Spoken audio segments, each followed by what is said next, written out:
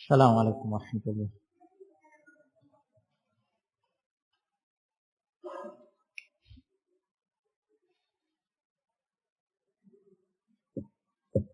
Bismillah.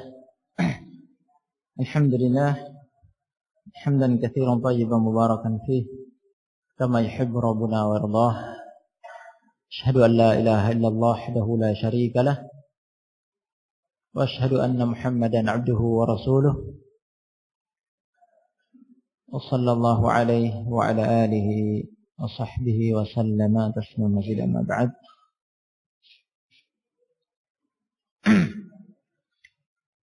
Melanjutkan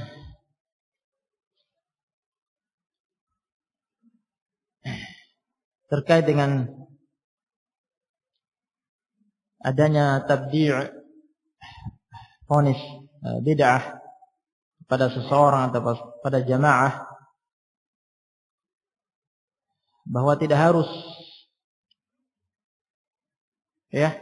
terkumpul padanya sekian perkara yang disebutkan oleh Ar-Ruhaili, Dr. Ibrahim Ar-Ruhaili dalam nasihatnya.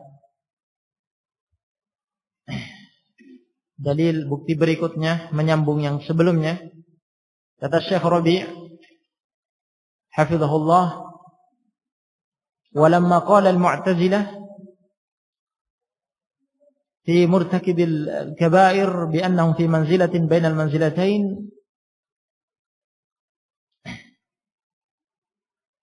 la kuffar wa la mu'minun badda'ahumul ulama wa sammauhum bil Mu'tazilah.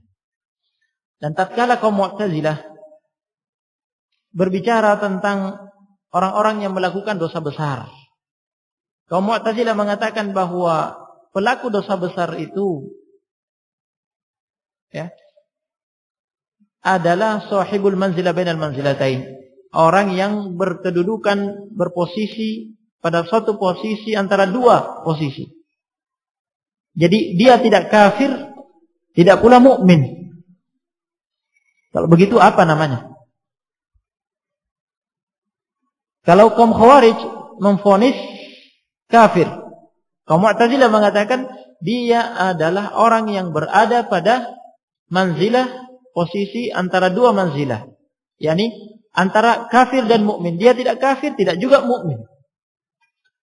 Ketika kaum Mu'tazilah berakidah seperti ini, ulama mentabdi', mengatakan mereka adalah mubtadi'ah, memvonis itu bid'ah, prinsip itu, dan mereka pun dinamakan Mu'tazilah. Walamma qala man qala min ahli al-ahwa innal Qur'ana makhluqun wa laysa bi kalamillah kaffarhum ulama'us sunnah. Dan tatkala ada orang dari kalangan ahlul ahwa mengatakan bahwa Al-Quran itu adalah makhluk, bukan kalam Allah, bukan sifat Allah. Ini akidah Jahmiyah, yaitu mengatakan bahwa Al-Quran itu makhluk. Makhluk artinya dicipta oleh Allah SWT, sebagaimana makhluk-makhluk yang lain dicipta,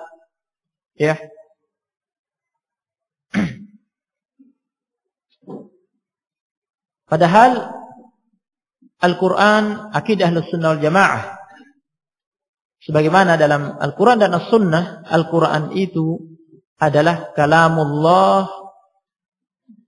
wa laysa bimakhluk. Al-Quran itu adalah kalam Allah. Kalam Allah artinya firman Allah. Allah yang mengucapkannya, Allah yang berfirman. Bagaimana cara Allah berfirman? Bagaimana Allah Subhanahu wa taala mengucapkannya? Hakikatnya, cara berbicaranya Allah itu kita tidak tahu. Yang jelas kita meyakini bahwa hakikat bicaranya Allah selaras dengan kesempurnaan zatnya, dirinya Allah, tidak sama dengan cara makhluk berbicara. Tidak sama dengan cara makhluk berbicara. Bagaimana caranya Allah SWT berbicara, berfirman? Kita tidak tahu. Ilmunya kita kembalikan kepada Allah Subhanahu wa ta'ala. Ilmunya kita kembalikan kepada Allah Subhanahu wa taala dengan keyakinan bahwa tidak sama dengan cara makhluk berbicara. Ya, tidak sama dengan suaranya makhluk. Dan kita tidak memikirkan, menelusuri bagaimana itu hakikatnya. Kita tidak dibebani ya untuk ya hal itu. Kita hanya dibebani, diwajibkan untuk mengimaninya secara hakiki. Nah, jadi itu adalah sifat Allah. Dan Allah Subhanahu wa taala yang mengucapkan, berbicara, itu salah satu sifat Allah Subhanahu wa taala yang sempurna. Ini akidah Ahlussunnah Jamaah. Datang kaum Jahmiyah mengatakan Al-Quran itu bukan kalam Allah, bukan sifat Allah, tetapi itu makhluk yang diciptakan. Ya, seperti makhluk-makhluk yang lain yang diciptakan dengan kalimat kun, kun. Allah mengatakan kun, jadilah, maka tercipta. Mereka mengatakan Al-Quran makhluk seperti itu. Ini batil, kufur ini.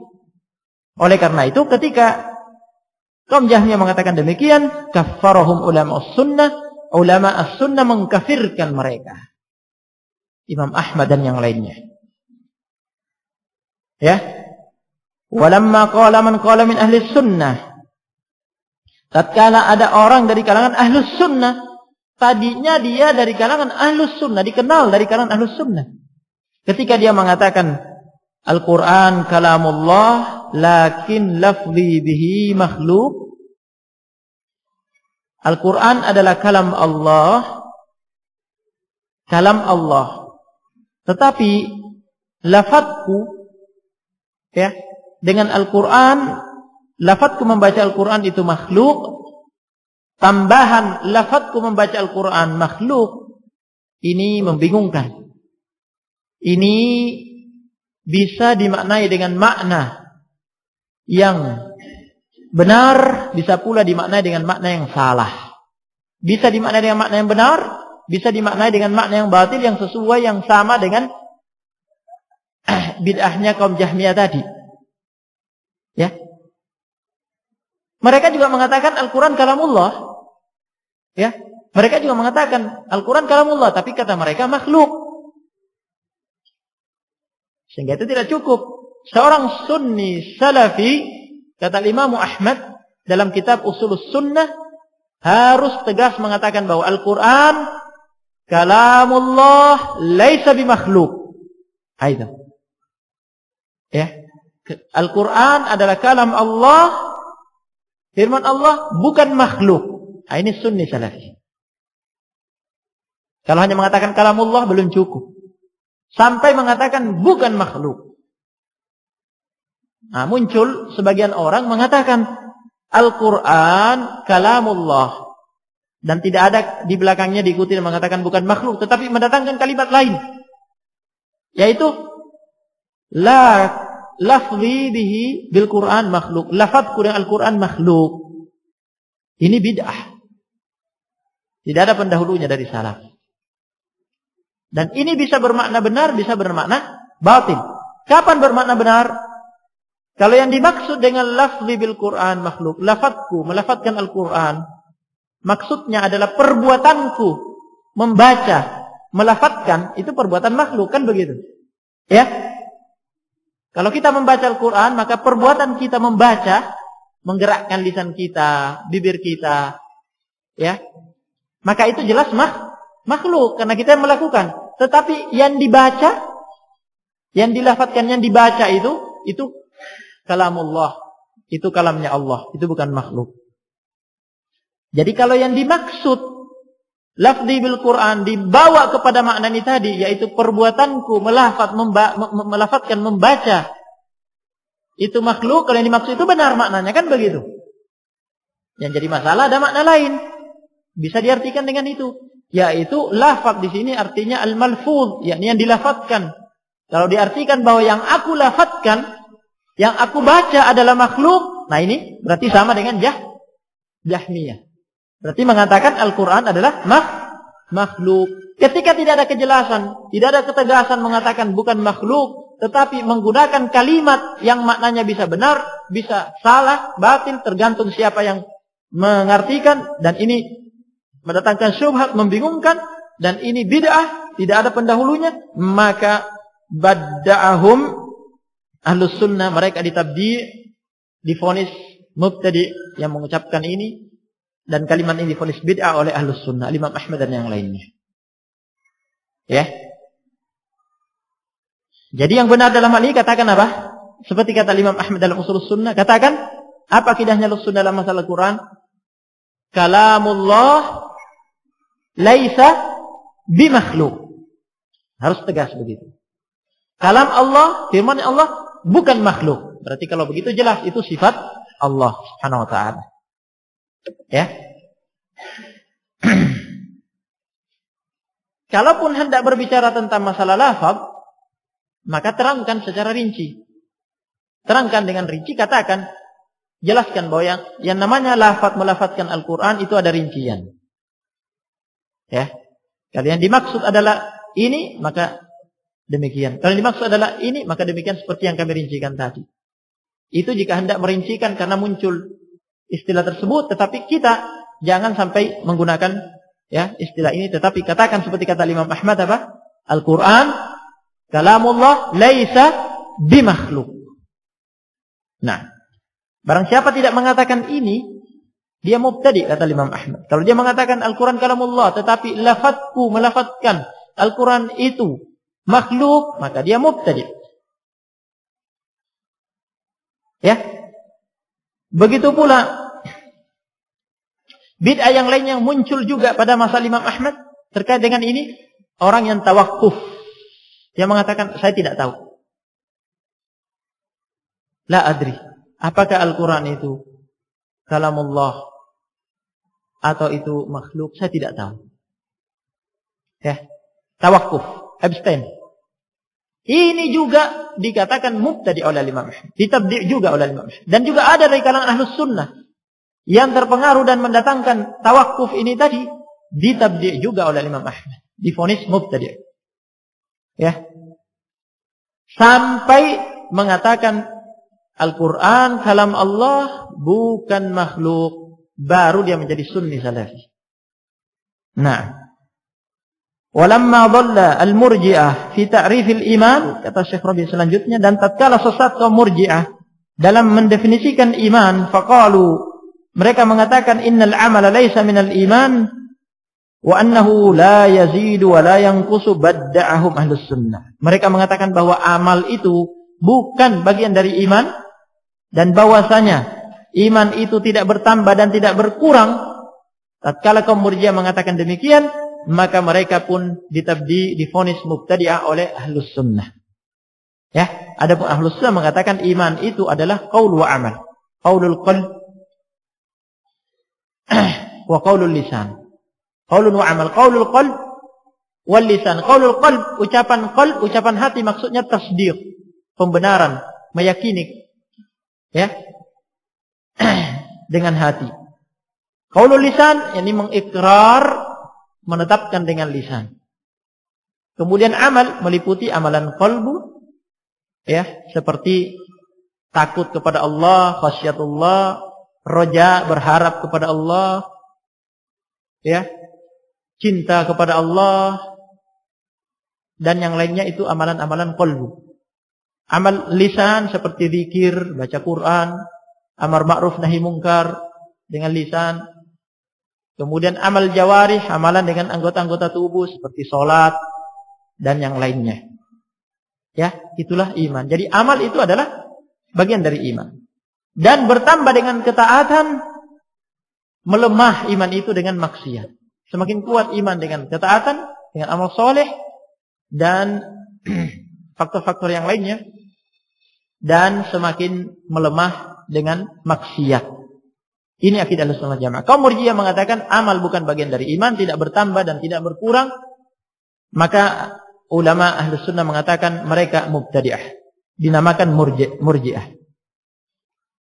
Walamma qala ba'duhum fi ta'rifil iman, tatkala sebagian dari mereka mengatakan dalam tentang definisi iman, al-imanu al-ma'rifatu bil qalb, bahwa iman itu adalah mengenal dengan qalbu, sekedar mengenal dengan qalbu, mengenal dengan hati, itu iman. Kaffaruhum, Ahlus Sunnah mengkafirkan mereka. Wa wasafuhum, dan menyifati mereka bi annahum ghulatul Jahmiyah, bahwa mereka adalah kelompok golongan ekstrimnya Jahmiyah. Kalau dikatakan iman sekedar mengenal dengan hati, Fir'aun ya mengenal Rabbnya dan mengakui dengan hatinya. Ya, kalau sekedar mengenal. Nah, orang-orang kafir mengenal dan itu tidak bermanfaat, mereka kafir. Nah, maka ini akidah ini dikafirkan oleh ulama. Nah, ini diantara dalil-dalil, bukti-bukti bahwa seseorang atau sekelompok itu divonis mubtadi'ah dengan menyelisihi satu prinsip dari prinsip-prinsip Ahlus Sunnah Jamaah. Tidak harus seperti yang didefinisikan oleh Dr. Ibrahim Ruhaili bahwa harus demikian yang panjang yang telah kita dengar sebelumnya, terkumpul perkara-perkara itu baru kemudian dianggap sebagai ahlul bidah. Ya.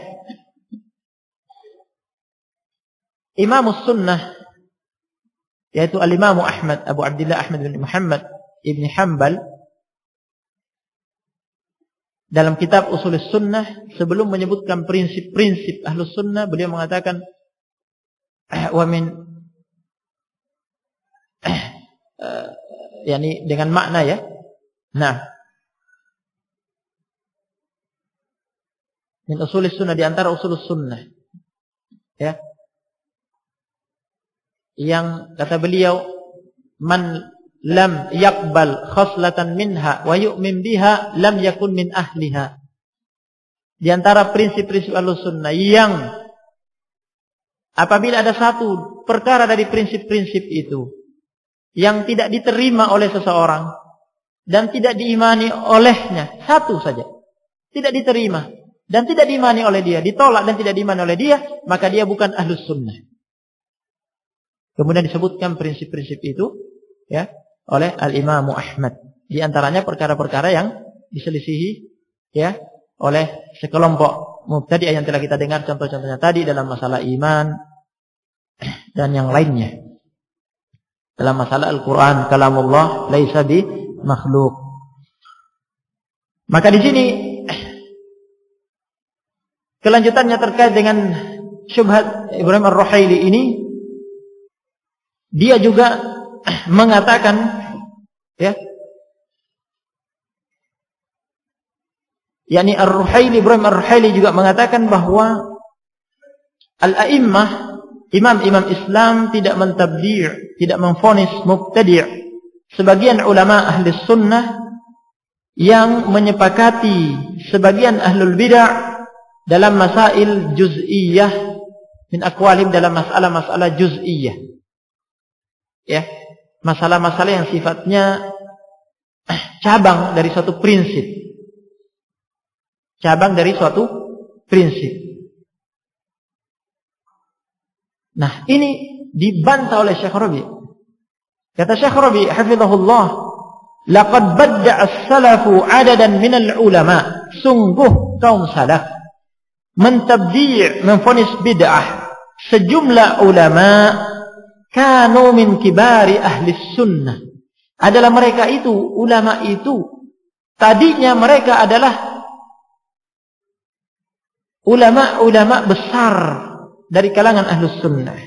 Bisababi qaulihim lafzi bil Quran makhluk, disebabkan statement mereka mengatakan bahwa lafadzku dengan Al-Quran makhluk. Jadi yang mendatangkan bid'ah bahwa lafadzku dengan Al-Quran itu makhluk, dan ini oleh Ahlus Sunnah, Imam Ahmad dan yang lainnya divonis mubtadi', tadinya dia dari kalangan Ahlus Sunnah. Ya. Di antaranya orangnya adalah Al-Husain Al-Qarabis.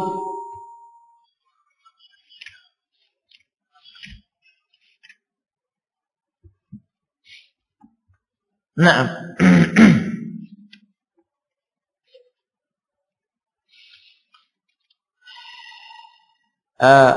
Naam.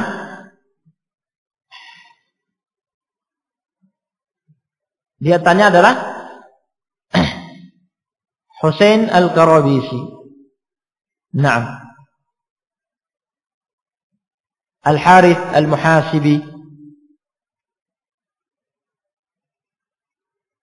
Ini mereka ya tadinya dari kalangan kibar ulama Ahlus Sunnah.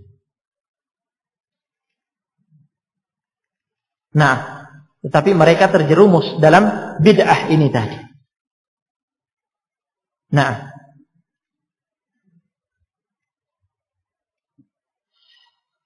ini yang dimaksud oleh Al-Imam Syekh Rabi hafizahullah. Nah, ma'a muwafaqatihim li ahli sunnah. Padahal ucapan tadi itu sebenarnya menyepakati ahli sunnah dalam hal bi anna al-Quran kalamullah, bahwa Al-Quran kalamullah. Tapi hanya sampai di situ. Tadi disebutkan bahwa tidak cukup hanya sampai mengatakan kalamullah, sampai mempertegas bukan makhluk. Ya. Wa mukhalafatihim li ahli al-bid'ah bi anna al-Quran makhluk, dan sudah menyelisihi ahlul bid'ah. Karena ahlul bid'ah mengatakan Al-Quran makhluk, dan ini sudah tidak mengatakan Al-Quran makhluk. Sudah tidak mengatakan Al-Quran makhluk, tapi tetap dinyatakan bid'ah. Kenapa? Karena menggunakan istilah lain yang itu bid'ah, tidak ada pendahulunya dari kalangan salaf, dan itu berbahaya. Ya, kalimat mujmal dalam masa fitnah tidak bermanfaat. Masa itu masa Imam Ahmad, masa fitnah besar. Kaum Jahmiyah, ya, mereka punya posisi di pemerintahan Khalifatul Ma'mun dan diuji ulama-ulama waktu itu. Mereka dipaksa, ya, diseret untuk mentakrir akidah Jahmiyah bahwa Al-Quran adalah makhluk. Ya, dan yang tidak menjawab, tidak menyetujui, dihukum, ada yang sampai meninggal, ya, seperti itu. Pada masa-masa fitnah itu sangat berbahaya. Akidah Ahlussunnah wal Jamaah harus dijaga. Maka kalimat-kalimat mujmal pada masa-masa fitnah seperti itu, berbicara dengan kalimat mujmal, tidak bermanfaat.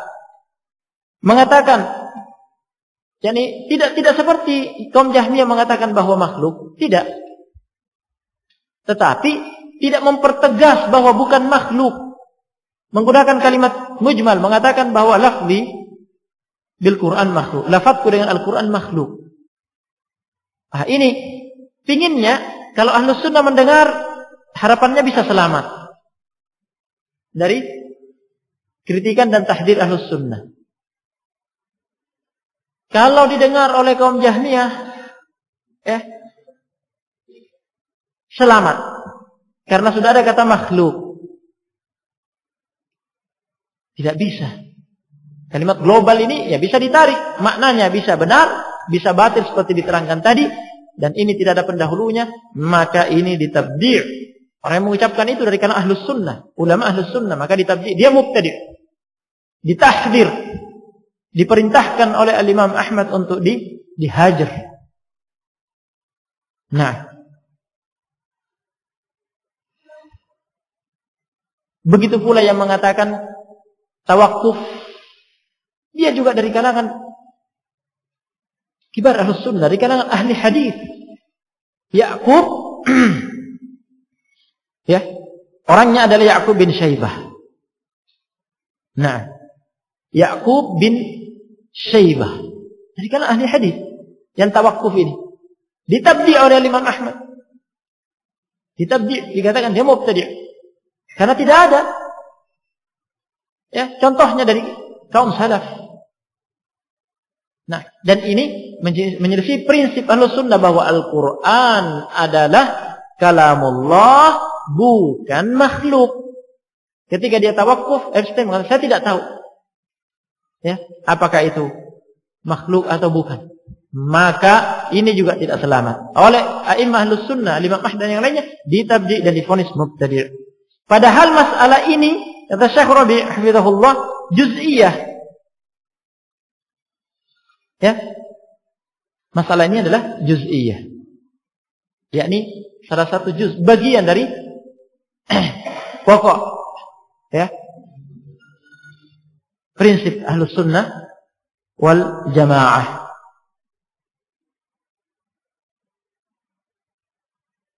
Nah,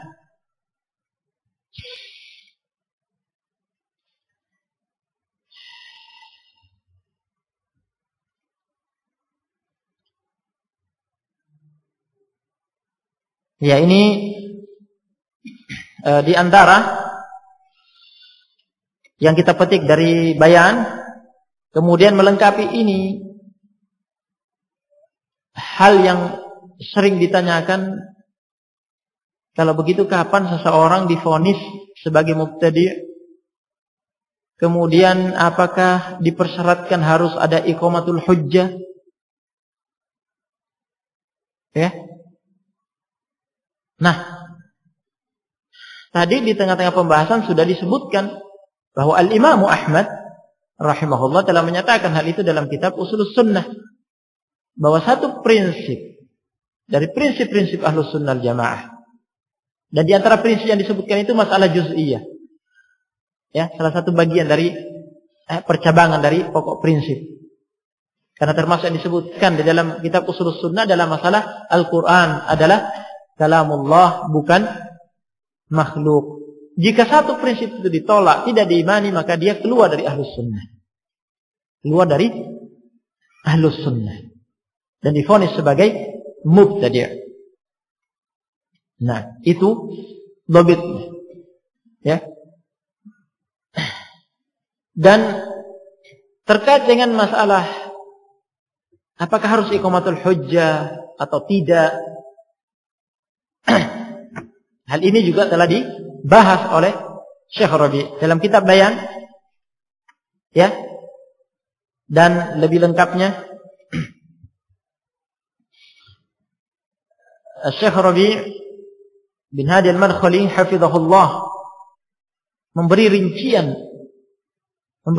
yang detail dalam masalah ini. Kata beliau, yang masyhur dari kalangan Ahlus Sunnah, jika ada seseorang yang terjerumus di dalam suatu perkara yang itu kekufuran, mengkafirkan pelakunya, maka pelaku kekufuran itu tidak langsung dikafirkan sampai ditegakkan hujjah padanya. Ini yang masyhur dari kalangan Ahlus Sunnah. Kalau perkara itu kekufuran, seseorang terjerumus dalam kekufuran tidak langsung divonis kafir sampai ditegakkan hujjah padanya. Yang jelas, yang namanya takfir, ya, mengkafirkan, itu harus terpenuhi syurut at-takfir dan ternafikan mawani at-takfir. Syarat-syarat pengkafiran harus terpenuhi padanya. Yang syarat yang paling utama adalah masalah ilm, yakni pelakunya mengetahui, ya, perkara itu, hukum perkara itu. Ya, jadi kalau dia tidak mengerti, ya, hukum perkara itu, berarti ada penghalang untuk dikafirkan. Nah, terkait dengan ini yang dikupas oleh Syekh Rabi' mengatakan yang masyhur dari Ahlus Sunnah harus ditegakkan hujjah dulu padanya. Ya, harus diterangkan hujjah kepadanya bahwa yang kamu ucapkan, yang kamu lakukan itu hukumnya demikian. Ini kufur. Kalau sudah tegak hujjah, dia sudah faham, sudah mengilmui, tetapi dia tetap, barulah dikafirkan. Nah, mungkin ada yang bertanya, bagaimana tadi contoh disebutkan Yusuf Al-Qaradawi? Ya, pada contoh di awal majelis, kenapa kok langsung dikafirkan oleh Syekh Ibnu Utsaimin? Ya, dan Syekh Muqbil, tetapi dengan rincian yang disebutkan antara kafir atau fasik tergantung rinciannya, tetapi langsung divonis seperti itu. Jawabannya, orang sekaliber Dr. Yusuf Al-Qaradawi tidak mungkin tidak tahu masalah seperti itu. Sudah tegak hujjah padanya, dia sudah tahu masalah seperti itu. Tapi memang hawa nafsu. Ya, orang setingkat dia, setingkat doktor, punya karya-karya tulis Al-Halal wal Haram, ya, dan yang lainnya. Dia punya ilmu, dia orang berilmu. Masalah seperti itu tidak mungkin tidak tahu, dia sudah punya ilmunya, dia sebenarnya sudah tegak hujjah. Itu permasalahan yang wajib. Ya. Melecehkan Allah Subhanahu wa taala dengan permisalan seperti itu. Nah, tidak mungkin dia tidak tahu. Sehingga langsung divonis. Nah.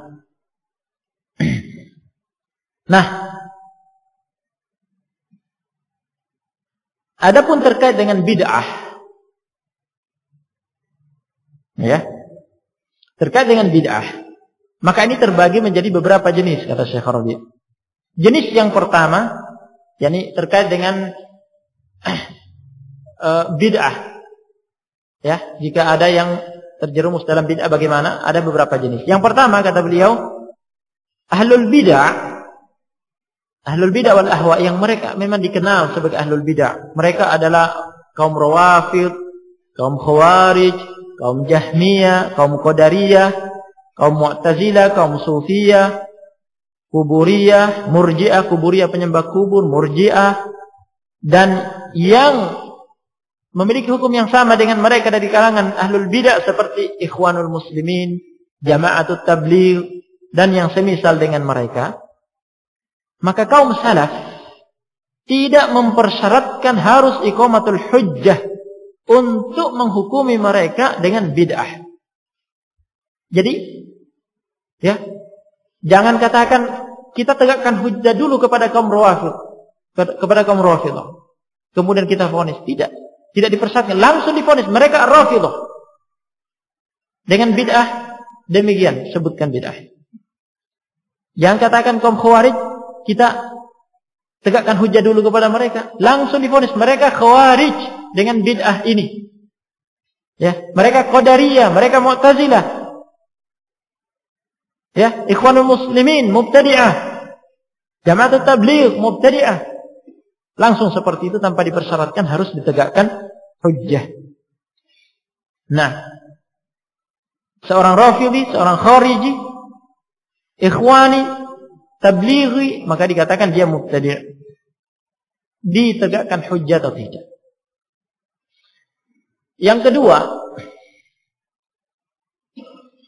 jenis yang kedua yaitu seseorang tadinya dia dikenal ahlus sunnah. Nah ini.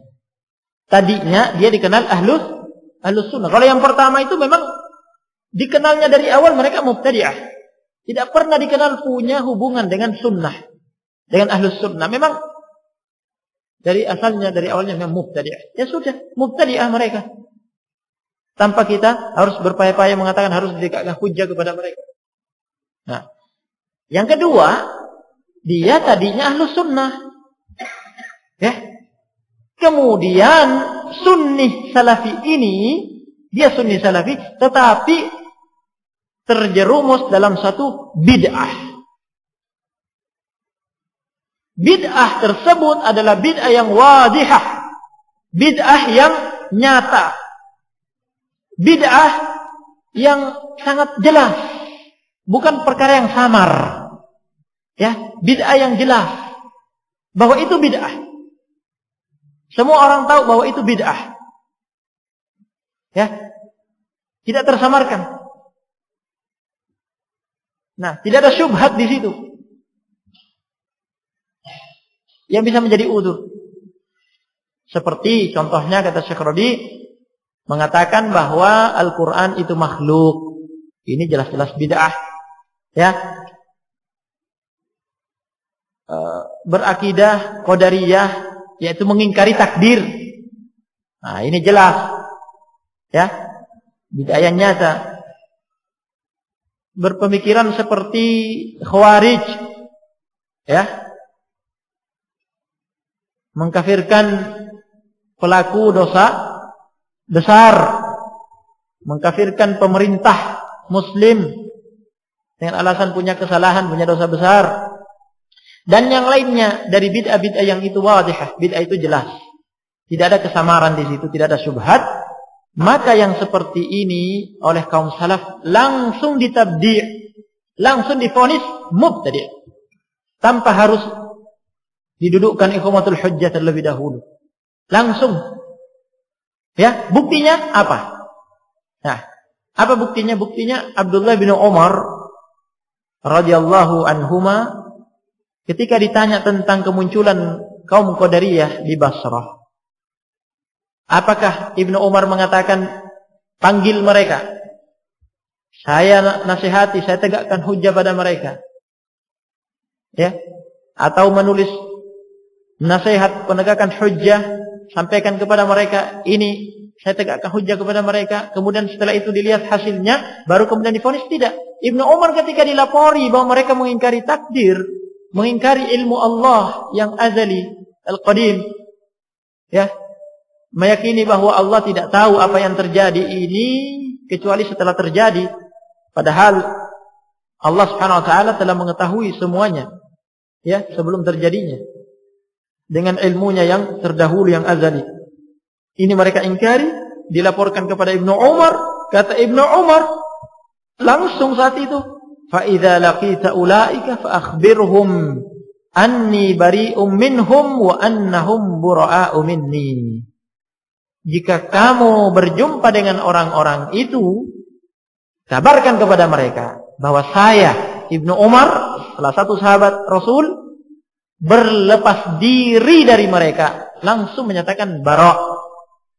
Ya, prinsip al-wala al-bara' langsung ditegakkan. Ya, dan katakan bahwa sesungguhnya mereka juga, ya, lepas dari saya, bukan saudara saya, bukan saudara saya sesama muslim. Ya, ini apa? Ini bahkan tingkatannya dikafirkan sebagaimana telah lewat sebelumnya. Riwayat ini dalam Sahih Muslim. Nah, ya, dan Syekh Rabi juga menukil keterangan dari Syekhul Islam Ibnu Taimiyah dari kitab Dar Ta'arud al-Aql wan Naql. Nah, Al-Imam Ahmad, ya, rahimahullah,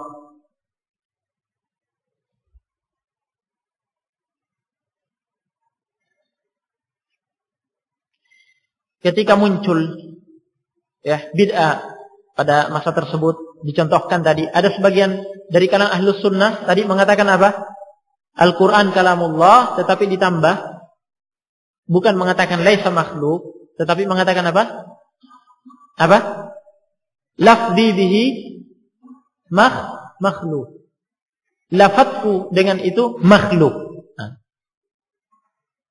Tidak kemudian ditegakkan hujjah terlebih dahulu, tetapi langsung divonis mubtadi'. Ada di antara mereka, tadi sudah disebutkan, contohnya mengatakan tawakuf, abstain, saya tidak tahu makhluk atau bukan. Langsung divonis mubtadi'. Ya, karena perkara itu perkara yang wadih, yakni telah tegak hujjah. Pada asalnya sudah tegak hujjah. Karena perkara itu perkara yang jelas. Pelakunya yang mengucapkan itu dari kalangan ahlus sunnah yang berilmu, sudah mengilmui, sudah tahu, ya. Tetapi itu hawa nafsu, maka langsung divonis tanpa, ya, dipersyaratkan terlebih dahulu di nasihat yang ditegakkan hujjah.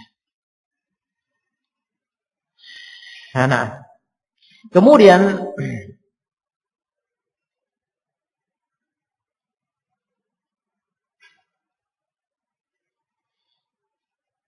contoh lainnya, ya, ini ada kisah,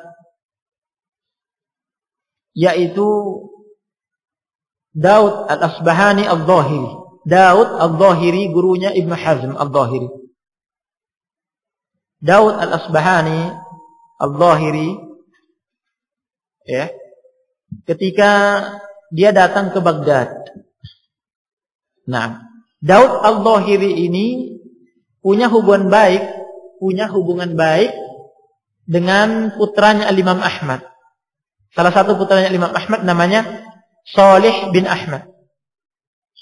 Salih, ya, juga salah satu imam Ahlus Sunnah, ya.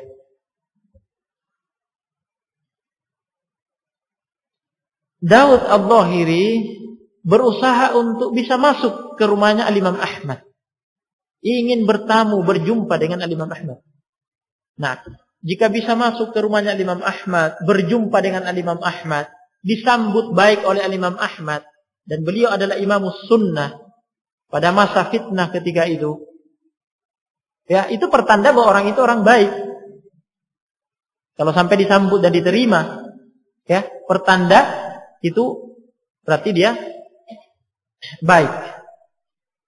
Nah, bukan orang yang berbahaya, bukan orang yang ditahdzir.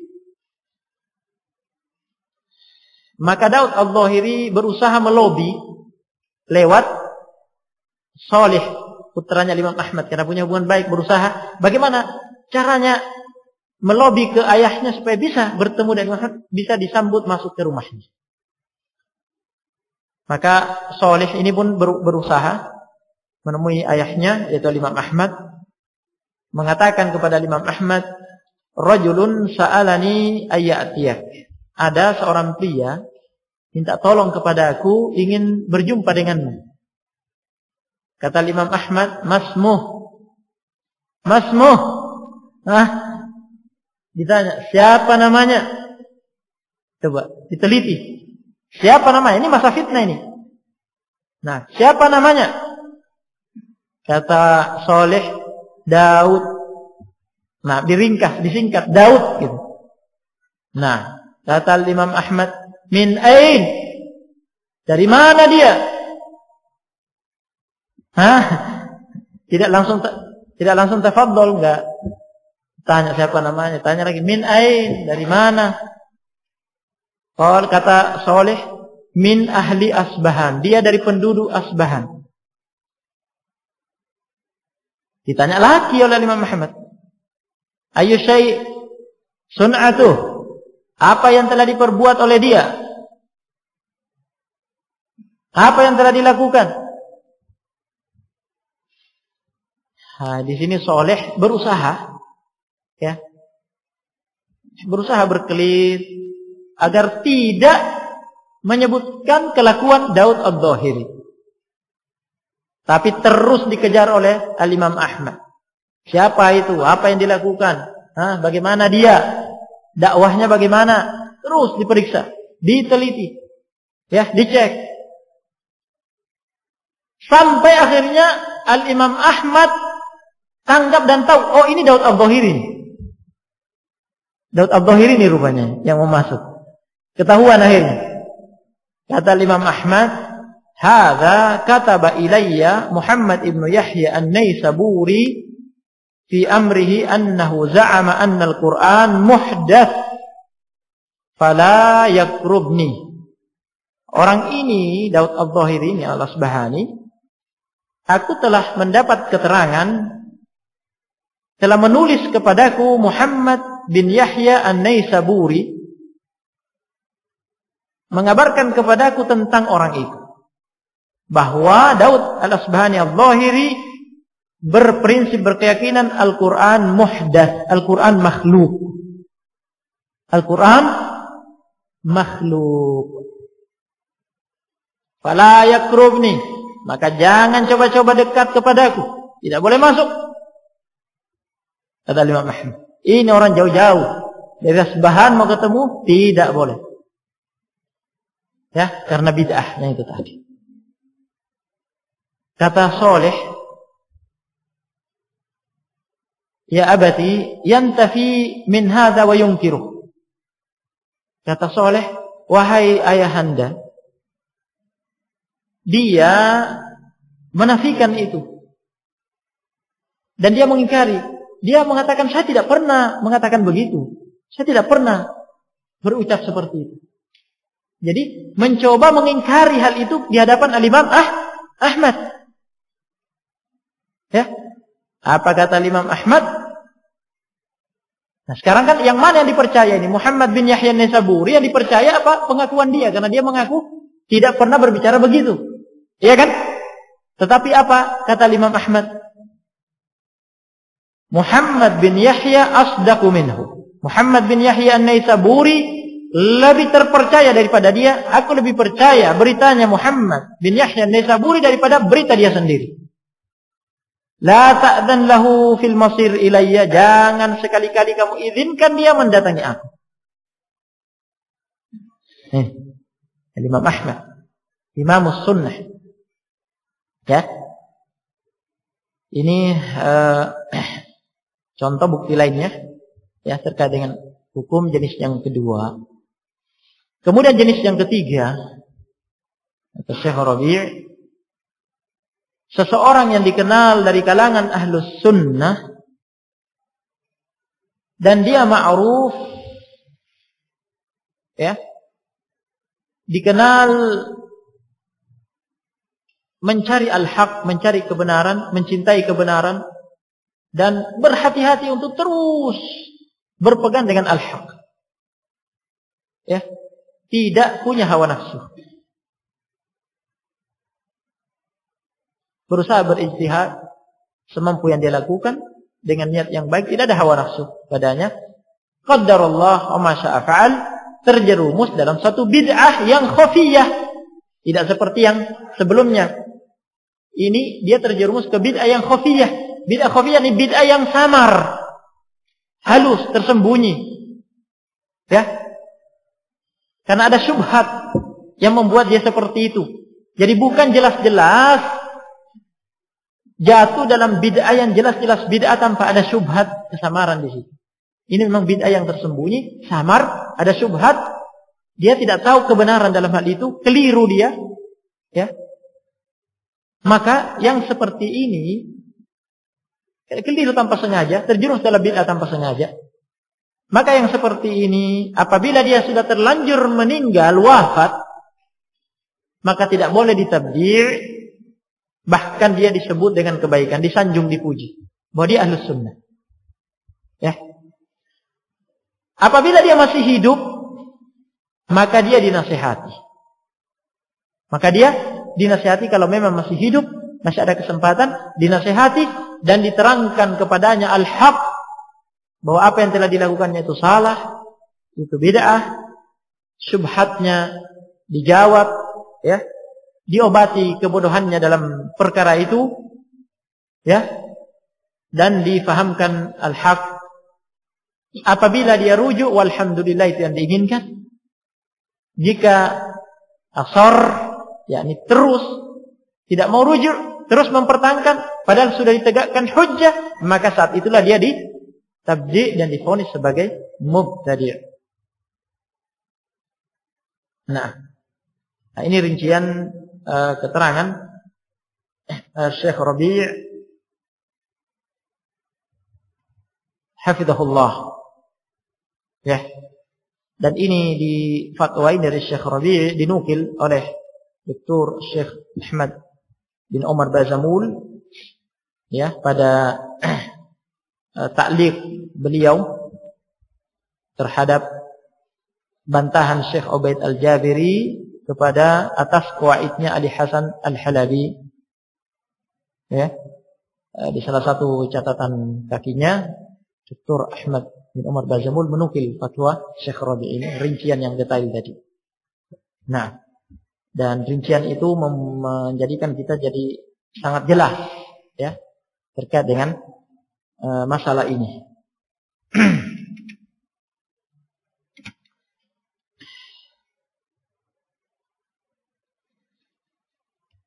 Ya, maka dengan ini harapannya semakin jelas bagi kita dan kita memiliki ilmu, ya, dan dasar-dasar untuk memahami bagaimana kenapa ulama mentahdir fulan mubtadi' karena menyelisih prinsip ini dan itu. Ya. Sekarang mungkin kalau ada yang menanyakan Abul Hasan Al-Misri, Ali Hasan Al-Halabi, tadi kita dengar di antara kesalahannya adalah mentazkiyah, merekomendasi, yang memuji, yang membela ahlul bid'ah,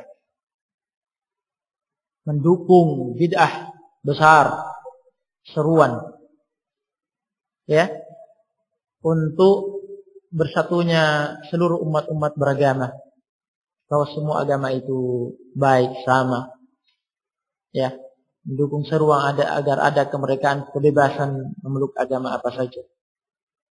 Nah, semua agama itu sama, baik semuanya, benar semuanya. Ya, tanpa kita melihat penyimpangan yang lainnya yang telah juga disebutkan, yakni mendatangkan kaidah-kaidah yang itu meruntuhkan prinsip al-wala wal bara. Itu berarti menyelisih salah satu prinsip, yaitu prinsip al-wala wal bara. Nah, dan sebenarnya perkara ini kenapa kemudian sampai merekomendasi ya mubtadi'ah yang mendukung ya bid'ah besar tersebut, ini semua juga akibat tidak adanya prinsip al-wala wal bara. Tetapi memuji dan membela mubtadi'ah, kelompok sesat, seorang yang sesat, itu sendiri sudah merupakan faktor yang dengannya ya seseorang ditahdzir. Jika ada orang yang membela mubtadi', yang sudah divonis mubtadi', kelompok mubtadi'ah, kemudian dibela, dipuji, maka orang yang membela dan memuji ini juga ditahdzir. Ya, tidak seperti yang dimaukan oleh Dr. Ibrahim Ar-Ruhaili yang berusaha untuk memberi udzur ini, udzur itu. Ya, dengan berbagai macam syubhat yang didatangkan. Ya.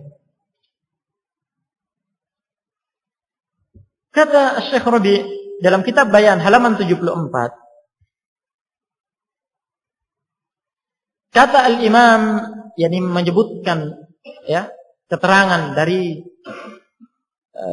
a'immah ulama salaf bahwa memuji, membela mubtadi ahlul bid'ah, maka yang melakukan ini ditahdzir dan disamakan hukumnya dengan yang dipuji dan dibela itu. Di antaranya kata al-Imam Abu Daud rahimahullah. Al-Imam Abu Daud penulis kitab Sunan Abi Daud. Al-Imam Abu Daud itu muridnya Imam Ahmad. Muridnya Imam Ahmad. Termasuk Imam Ahlus Sunnah, penulis Sunan Abi Daud. Yang selamat dari fitnah ya pada masa itu. Karena menjadi muridnya, di antara penyebabnya adalah menjadi muridnya Imam Ahmad, bersahabat dengan Imam Ahmad, sehingga kokoh ya terhadap as-sunnah, kokoh manhajnya dan selamat dari fitnah. Ya. Kata Imam Abu Daud, qultu li Abi Abdullah Ahmad bin Hanbal, aku berkata kepada al-Imam Abu Abdullah Ahmad bin Hanbal, aku bertanya kepadanya. Aku bertanya kepada Imam Ahmad. Ara rajulan min ahli sunnah ma'a rajulin min ahli bid'ah. Atruku kalamahu. Kalau saya melihat ada seseorang dari kalangan ahli sunnah, orang ini dikenal dia sunni salafi. Tetapi dia kok berjalan, berkawan bersama dengan seorang mubtadi' ya, dari kalangan ahlul bid'ah. Bagaimana sikapku terhadap sunni salaf ini tadi yang berjalan bersama berkawan dengan mubtadi? Atruku kalamahu, apakah aku hajar dia, yaitu apakah aku tidak mengajaknya berbicara, aku diamkan dia? Ini salah satu hajar, kalau sudah didiamkan berarti dihajar, diboikot. Kata Imam Ahmad, la, tidak. Au tu'limuhu anna ar-rajula alladhi ra'aitahu ma'ahu sahibu bid'ah. Atau beritahu dulu dia, nasihati dia bahwa orang yang bersamanya itu, yang kamu lihat bersama dia, itu adalah mubtadi'. Ya. Sampaikan kepadanya, nasihati dia, beritahu dia, itu mubtadi', kamu jangan bersama dia.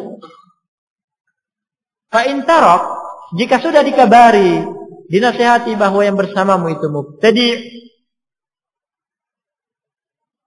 Fa in taraka kalamahu fakallimhu, jika kemudian dia rujuk menerima nasihat itu dan tidak lagi berbicara dengan mubtadi' itu, tidak lagi bersama mubtadi' itu, kallimhu, maka tetaplah berbicara dengan dia karena berarti dia sudah rujuk kembali kepada al-haq. Wa illa, jika tidak, jika dia tetap bersamanya berbicara dengan mubtadi' itu, fa alhiqhu bihi, maka samakan dia dengannya. Samakan dia dengan orang itu. Berarti dia juga ikut dihajar, diboikot seperti kawannya itu. Dihukumi sama, divonis sama. Ya. Kata Al-Imam Ibnu Battah rahimahullah, ya, dalam kitab Asy-Syarh wal Ibanah, wala tusyawir ahadan min ahli bidah fi dinik. Jangan kamu diskusikan, bermusyawarah dengan seseorang dari kalangan ahlul bidah tentang agamamu. Jangan diskusikan agamamu dengan mubtadi'. Wala turafiqhu fi safarik. Jangan jadikan pendampingmu, kawanmu dalam safar. Jangan safar bersamanya. Wa in amkanaka alla tuqaribhu fi jiwarik. Dan jika memungkinkan kamu menghindar, jangan kamu bertetangga dengan dia. Jika bisa, jangan bertetangga dengan dia. Ya. Jangan dekat-dekat dengan dia. Wa minas sunnah, dan di antara sunnah Rasulullah SAW, mujanabatu kulli man i'taqada syai'an mimma dzakarnahu, yaitu menjauhi setiap orang yang berkeyakinan, beriktikad sesuatu dari apa yang telah kami sebutkan, yakni punya i'tiqad bid'ah, menyelisih prinsip-prinsip Ahlus Sunnah. Wa hujranuhu, dan menghajar setiap orang yang memiliki akidah bid'ah, yakni diboikot. Wal maqtulahu, dan membencinya. Wa hujranu man walahu, dan menghajar, memboikot siapa saja yang berwala, berloyalitas kepada mubtadi'. Wa nasarahu, dan siapa saja yang menolong mubtadi' itu. Wa dabba anhu, dan siapa saja yang membela mubtadi' itu. Wa sahabahu, dan siapa saja yang tetap berkawan dengan mubtadi' itu, hajar juga dia, boikot juga dia, tahdzir juga dia. Wa in kana al-fa'ilu lidzalika yudhhirus sunnah, meskipun pelakunya yang berloyalitas kepada mubtadi' itu, yang berkawan dengan mubtadi' itu, yang membelanya, yang menolongnya, itu menampakkan sunnah, ya, berjalan di atas sunnah, maka itu tidak menolong dia untuk kemudian disikapi, ditahdzir, dihajar, diboikot, dikarenakan dia berloyalitas dengan mubtadi', berkawan dengan mubtadi', menolong dan membela mubtadi'. Jelas ini keterangan dari Al-Imam Ibnu Battah. Ya, begitu pula keterangan Syekhul Islam Ibnu Taimiyah, keterangan yang panjang dalam Majmu' al-Fatawa terkait dengan orang yang membela penganut wahdatul wujud. Yang sudah diterangkan sebelumnya akidahnya Ibnu Arabi yang kafir, ya. Membela penganut wahdatul wujud, atau memuji mereka, atau berusaha memberi takwilan-takwilan agar tidak disalahkan, atau berusaha mendatangkan udzur-udzur, alasan-alasan yang dengan itu harapannya, ya, penganut wahdatul wujud itu tidak disalahkan karena punya udzur-udzur agar dimaafkan. Maka siapa saja yang melakukan hal yang seperti itu, berusaha membela, memujinya, berusaha mencari penakwilan, mencari udzur-udzur untuk mereka agar dimaafkan, maka itu juga disikapi, ya, kata Syekhul Islam Ibnu Taimiyah, ya, divonis sama dengan mubtadi'ah tersebut. Nah, itu suatu bentuk loyalitas kepada mereka, itu suatu, yakni ini artinya meruntuhkan prinsip al-wala wal bara. membela mereka, memuji mereka, berusaha mencari-cari udzur untuk mereka. Nah, maka pelakunya juga disamakan dengan mereka, ditahdzir dan juga dihajar seperti mereka. Nah,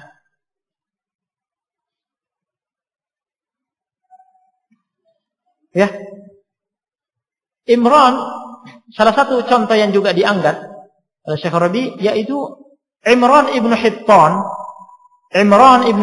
al-Khariji. Dia divonis sebagai mubtadi, yaitu sebagai khariji. Apa sebabnya? Dikarenakan dia memuji, menyanjung Abdurrahman bin Muljim, pembunuh Ali radhiyallahu anhu. Kami tadi sudah menceritakan di awal majelis tentang kelompok Khawarij yang diproklamirkan di mana? Di Harura, salah satu wilayah Kufah. Meskipun mereka ini sudah ada pada masa khilafahnya Utsman dan mereka lah yang membunuh Utsman, tetapi mereka memproklamirkan diri sebagai kelompok, ya, itu di masa khilafah Ali bin Abi Thalib ketika mereka khuruj, keluar dari pemerintahan Ali bin Abi Thalib, kemudian memproklamirkan mereka sebagai satu kelompok di Harura, salah satu wilayah Kufah. Kemudian mereka memberontak, ya, menteror di sana sini, merampok, membunuh, sampai kemudian diberantas oleh Ali bin Abi Thalib dalam peperangan besar, ya, yaitu di Nahrawan. Itu pun sebelumnya sudah ada upaya diutus Ibnu Abbas radhiyallahu anhuma, seorang diri mendatangi markas mereka, dinasihati dan ribuan yang rujuk. Namun kemudian pada akhirnya mereka ya ditumpas, ya, di Nahrawan. Nah, ketika Khawarij ditumpas di Nahrawan, qadarullah wa ma sya'at, ya, Allah menakdirkan ada pentolan-pentolan mereka yang lolos, tidak habis, ya. Di antara mereka itu namanya Abdurrahman bin Muljim. Ini menyimpan dendam luar biasa kepada Ali bin Abi Thalib, karena kawan-kawannya telah dibunuh oleh Ali bin Abi Thalib pada peperangan itu. Maka terus berusaha mencari kesempatan untuk bisa melampiaskan dendamnya, untuk bisa membunuh Ali bin Abi Thalib yang sudah dikafirkan oleh dia, ya, karena Khawarij pemikirannya mengkafirkan Ali bin Abi Thalib dan yang bersamanya pemerintahannya. Nah, sampai akhirnya dapat kesempatan, ya, menebas Ali bin Abi Thalib ketika Ali radhiyallahu anhu keluar untuk sholat subuh, masih agak gelap, ya, dia menyiapkan pedang yang sudah diberi racun, kemudian disergap, ya, tiba-tiba. Karena kalau bertarung jantan tidak bisa menang dia. Ali bin Abi Thalib terkenal sejak zamannya Rasul, kalau ada pertempuran jihad, kalau ada pertarungan duel, mesti menang Ali. Gak ada yang bisa mengalahkan dia, mesti menang kalau duel. Tahu mereka, ya, jago. Nah, makanya caranya ya disergap, tiba-tiba masih gelap, tiba-tiba ditebas, kena kepalanya, dan itu sudah beracun pedangnya. Itu yang kemudian menjadi sebab kematian Ali bin Abi Thalib. Nah, Imran bin Hittan memuji Abdurrahman bin Muljim, ya, bahwa itu tebasan orang yang bertakwa, yang menginginkan jannah. Dipuji habis-habisan oleh dia, Ali bin Abi Thalib, ya, yang dijamin masuk surga, masuk jannah dengan persaksian hadis Rasulullah SAW. Orang keempat yang termulia, yang terbaik dari seluruh manusia setelah para nabi dan rasul. Setelah para nabi dan rasul,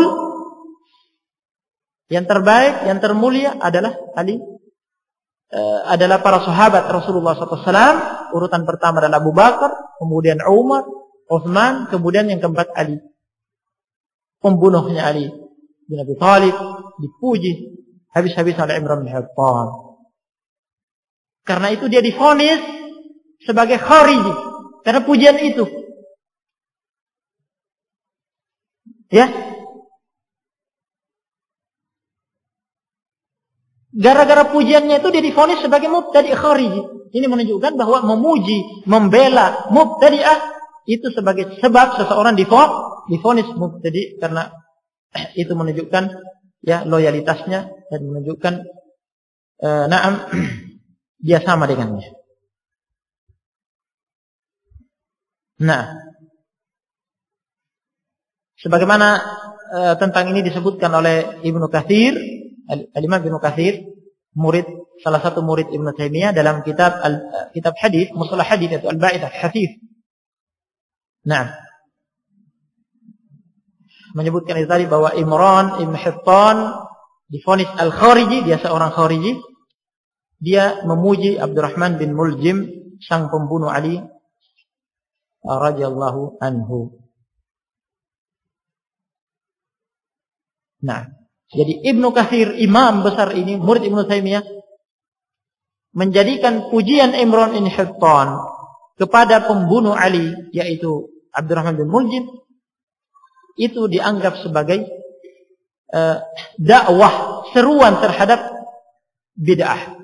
Dengan memuji Abdurrahman bin Muljim yang membunuh Ali bin Abi Thalib itu berarti menyerukan fikrah Khawarij.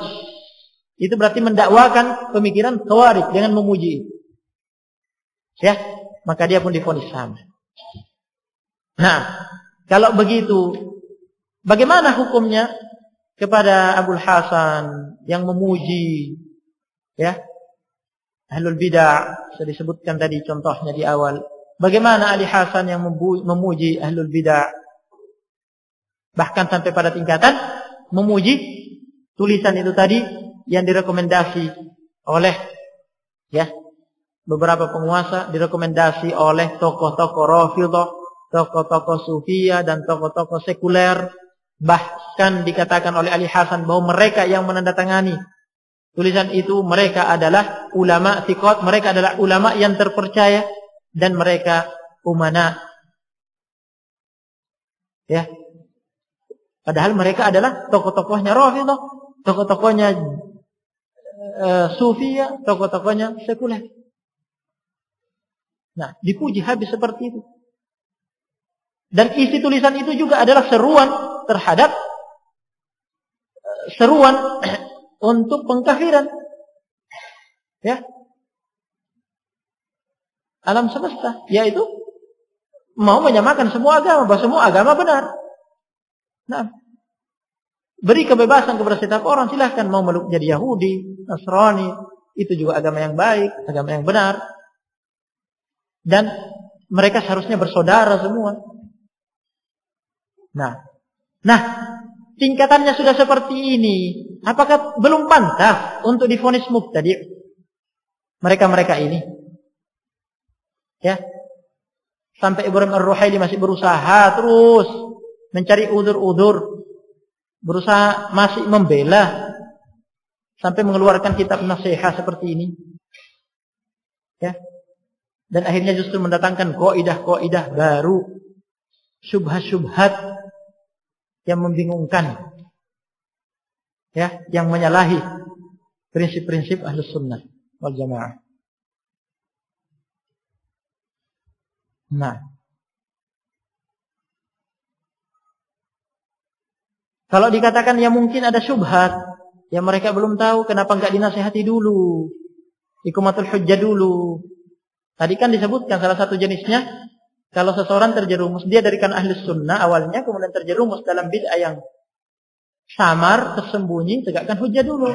Awalnya Abul Hasan Al-Misri dikenal sebagai Ahlus Sunnah, Ali Hasan Al-Halabi awalnya dikenal sebagai Ahlus Sunnah. Ya, kenapa tidak tegakkan hujjah dulu? Mungkin ada yang berkata begitu. Abdurrahman Abdul Khaliq yang juga divonis mubtadi, ya, dengan Ihya at-Turathnya. Kenapa tidak dinasihati dulu, iqamatul hujjah dulu? Sebagian orang mengatakan begitu. Ya. Ada sebagian dari kalangan sururiyun seperti itu, turathiyun seperti itu. Nah, Syekh Rabi itu tidak menasihati dulu kok langsung divonis. Ya. Itu tasaddud namanya. Nah, kenapa tidak dilembuti? Ibrahim Ruhaili di sini dalam nasihatnya berusaha mendatangkan kaidah masalah sikap menyikapi dengan lin, lembut, ya. Dan tidak harus syiddah, tidak harus keras. Ada saatnya harus lembut, ada saatnya syiddah. Nah, yakni inginnya kenapa mereka dikerasi seperti itu langsung divonis? Jawabannya, mereka itu sudah dinasihati bertahun-tahun oleh Syekh Rabi'. Ya, dalam salah satu muhadarah yang Anda dengar sendiri, Syekh Rabi' bercerita bagaimana Abdurrahman Abdul Khaliq itu temannya, kawannya Syekh Rabi' di Jamiah Islamiyah. Ketika mendatangkan, ya, mulai memunculkan pemikiran-pemikiran yang menyimpang, itu jika datang ke Madinah dijemput sendiri oleh Syekh Rabi' dengan mobilnya, dibawa bersama, dinasihati di mobil, diberi nasihat, juga mengirim tulisan, terus dinasihati. Itu bertahun-tahun, bukan cuma 2 tahun 3 tahun, bertahun-tahun, sampai akhirnya memang tampak bahwa dia pengekor hawa nafsu, maka dinasihati tidak bisa, tampak bahwa dia pengekor hawa nafsu, dia mubtadi', divonis. Abul Hasan juga begitu. Pada saat dia sudah menulis buku Sirajul Wahhaj yang menulis prinsip-prinsip di situ, Syekh Rabi' sudah tahu di situ prinsip-prinsipnya bahaya. Banyak orang yang tidak tahu itu. Syekh Rabi' tidak berbicara, tetapi dinasihati seks dengan seks. Kata Syekh Rabi', saya kirim seks saya pribadi ke seksnya dia pribadi, nasihati, nikos dengan dia, terus begitu. Saya nasihati dia jawab, dikirim faxnya. Terus dinasihati, kalau datang ke sana di Saudi didudukkan, dinasihati oleh ulama. Itu bertahun-tahun, sampai malah balik menyerang. Akhirnya tampak bahwa dia pengekor hawa nafsu, divonis mubtadi'. Ali Hasan juga begitu, melalui proses yang panjang. Ya, Ibrahim Ruhaili ini salah satu bentuk nasihat, dibantah. Karena tersebar nasihat ini, maka dibantah syubhat-syubhatnya. Karena ini merusak dan membingungkan. Ya. Tapi sampai saat ini tidak ada rujuk dari Ibrahim Ruhaili. Tidak ada pernyataan rujuk dari nasihat ini. Dari bantahan ini, bayan ini tidak ada tanggapan rujuk. Begitu pula Syekh Abdullah Al-Bukhari menasihati dengan At-Ta'aqqubat As-Sarihah. Ini setelah dinasihati, dikirimi bantahan itu secara pribadi, tapi tidak ada hasilnya, dan berjumpa dinasihati juga tidak ada hasilnya. Akhirnya keluar dalam bentuk tulisan. Sampai sekarang juga tidak ada, ya, rujuk. Nah, jadi itu upaya-upaya sudah dilakukan oleh para ulama. Barakallahu fikum. Karena waktu maghrib sudah masuk, kita cukupkan dulu sampai di sini. Tafadhalu wa jazakumullahu khairan. Subhanallah, alhamdulillah.